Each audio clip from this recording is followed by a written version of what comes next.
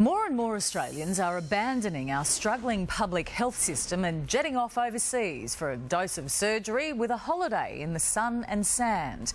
It started some years ago with cheap cosmetic surgery, but today it's everything from hip and knee replacements to major dental work for about a third of the cost. And there's not a queue in sight. But is it really worth the risk? Rani Sadler with this report. Phuket, Thailand. Suntans, swimsuits and sightseeing blending right in 24 Australians. Yeah, I want to get high heels swimmers and I want to get some dresses or shirts. But this is no ordinary holiday. The twist is in the souvenirs. Breast implants and teeth whitening. New boobs and my ear fixed. Boob job and dental work. It's the future because it's cheaper. You're getting what you want out of it. You don't have to wait. New implants and lift.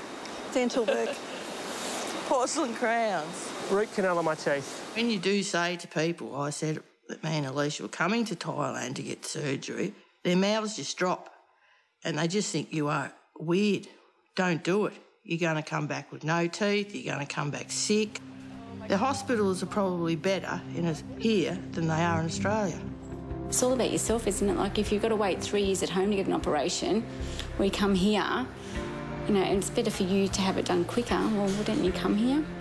I'll see you upstairs in an hour and a half. This year we're starting to see much larger groups come through. Some people can't pay the expensive costs of Australian surgery. Some people can't wait 1.5 years, 2 years on a waiting list. They need to consider other choices. And by considering a place like Thailand, they have a choice. We have about 50 doctors working with us. Peter Davison is a former Tasmanian paramedic. He now runs medical tourism at Phuket International Hospital. But this would be one of our popular ones, the new IVF fertility centre, which we opened about 1 year ago. Yeah. Very, very popular with Australians.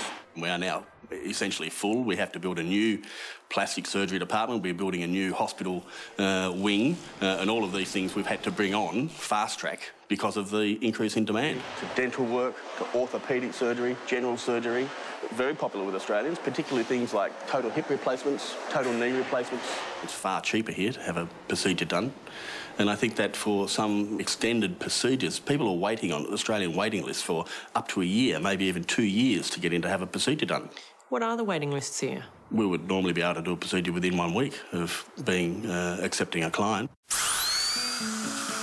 And for a growing number of Australians, that's a big deal and a big relief. Almost all our medical tourists are getting dental work in Thailand. 3 years ago, the hospital employed 3 dentists. Now it has 13. And that speaks volumes about the failures of the Australian system. There are many, many Australians who require dental work, but the system cannot provide it for them. At this dental clinic in Patong Beach, 90% of the patients are Aussies. When was the last time you went to the dentist? About 28 years ago. Just, they're too dear. Donna Seddon and daughter Alicia are having a family medical holiday. One's a bit tender that I got the lift on, but yeah. 3 days ago, Alicia had breast implant surgery. Tomorrow, Donna's getting a new smile. Her front teeth were worn down, the nerves exposed. Donna, what would have happened to you had you not been able to come to Thailand to fix your teeth? I probably would have left them the way they were till they all fell out and I had to get falsies. And what do you think it'll look like afterwards?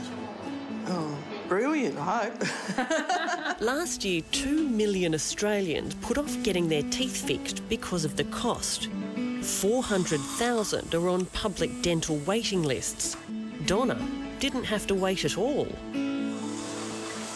Oh, very good. What's the AMA's position on medical tourism? Brilliant. Well, we don't think it's something to be encouraged. Normally in an Australian hospital there's extensive counselling and often psychological evaluation to make sure that the person is making the right decision for themselves, because once you have that surgery, there's no going back. Professor Brian Owler says the risks of going offshore for surgery just aren't worth it.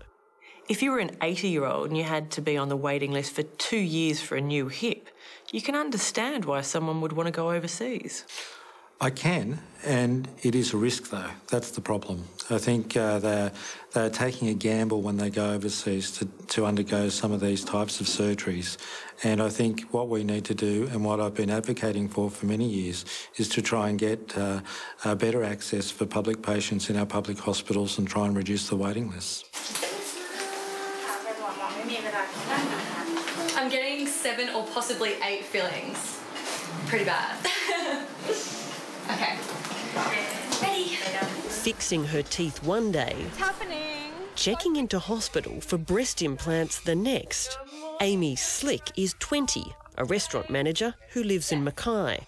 I'm Dr. Rashapon, 43 years old. Yes, I'm ready to take care of your breast. I'm getting measured. Did you or anyone you know have any concerns about you coming here? I was one of those girls with the opinion before I did my research. I was like, are you sure Phuket's safe? Like, are you sure? I was one of those girls. But then when I heard more and more people doing it and going over there, that's when I was like, oh, well, maybe I should do my research.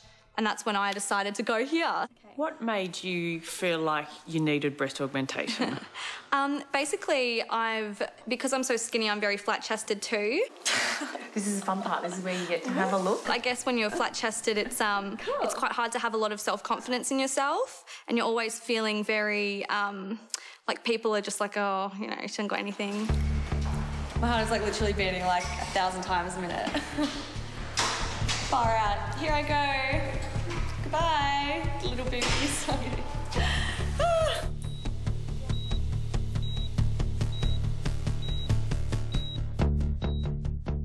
The next morning I find Amy top heavy and on top of the world.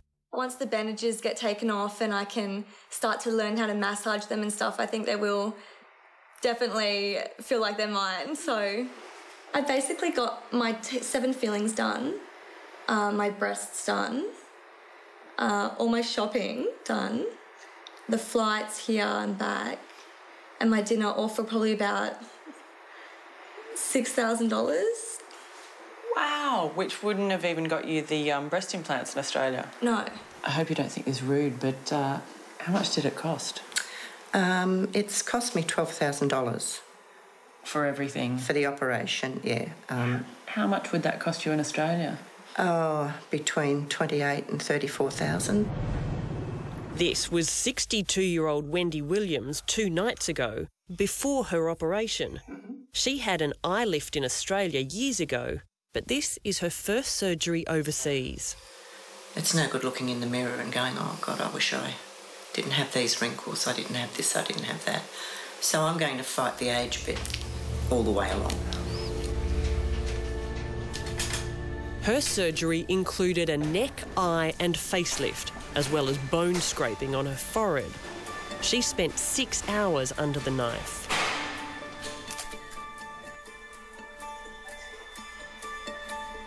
Yes, I think it looks fabulous.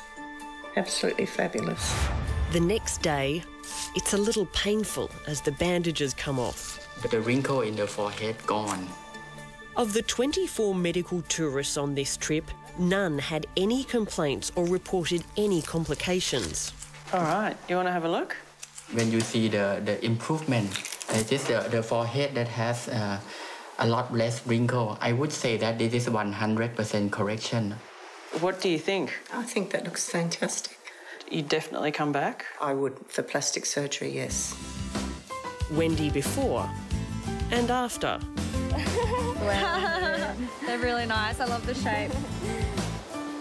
Yeah, yours are nice and squishy. Mine is still recovering though. As the medical holiday winds up, it's show and tell. Like yours, can we feel? You can. Wow. I want mine like that. Yours are amazing. Won't be too long. Won't be too long. Won't be too long? That's good. Yay, I have boobs. I can't wait to put my swimmers on and lay out at the beach. I'll be going there more often actually now. I didn't go there at all in summer to the beach, not once. And your boyfriend's been really supportive. He's really excited actually. He's been... I bet he is. Yeah.